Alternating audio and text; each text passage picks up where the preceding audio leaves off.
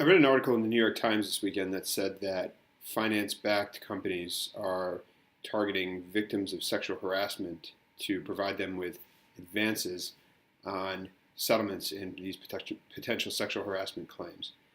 This is coming, of course, out of the Harvey Weinstein and other cases. And for those who aren't involved in the business, this may seem like something new. The reality is that it's not. There are companies all over the country and probably all over the world that offer what are known as advances against the proceeds of a potential settlement in an injury or discrimination lawsuit.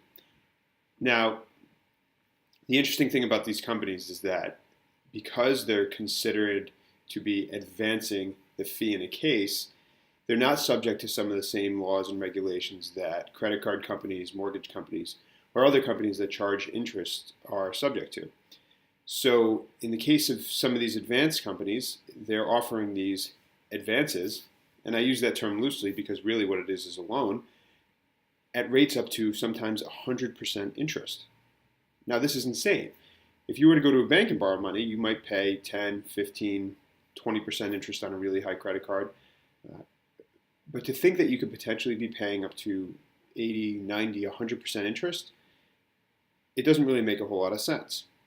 The problem is that people who have these types of lawsuits are often facing devastating consequences at home. So if they've been involved in a really serious accident, they may not be able to work. Their family may be on the cusp of running out of money. They have bills to pay. They have mortgages. They may have kids in school. They panic, and it's understandable.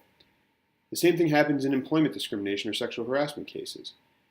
You find people who have been working their whole lives, and all of a sudden they find themselves out of work, and maybe they have a family to support, and pretty quickly during the course of a lawsuit, they may run out of money. We see this all the time, and clients get very nervous and wonder what they're going to do to be able to cover their bills. Always at the right time, one of these companies comes along with some sort of a solicitation and offers an advance on the settlement proceeds in the case. I get it. These cases can last anywhere from 6 months to 2 years. And it's a long time to wait if you're not able to work. But the thing we encourage clients to do is to really think about whether they want to take on a loan under these terms and have to pay back this huge amount of debt in the future, or if there's other options available to them. Maybe they have friends or family that they can take a short-term loan with. Do they have a bank? Do they have a retirement account that they could consider borrowing against because the rate would be lower than this advancement would be? Do they have a life insurance policy that they could borrow against? None of these options are great. We understand that.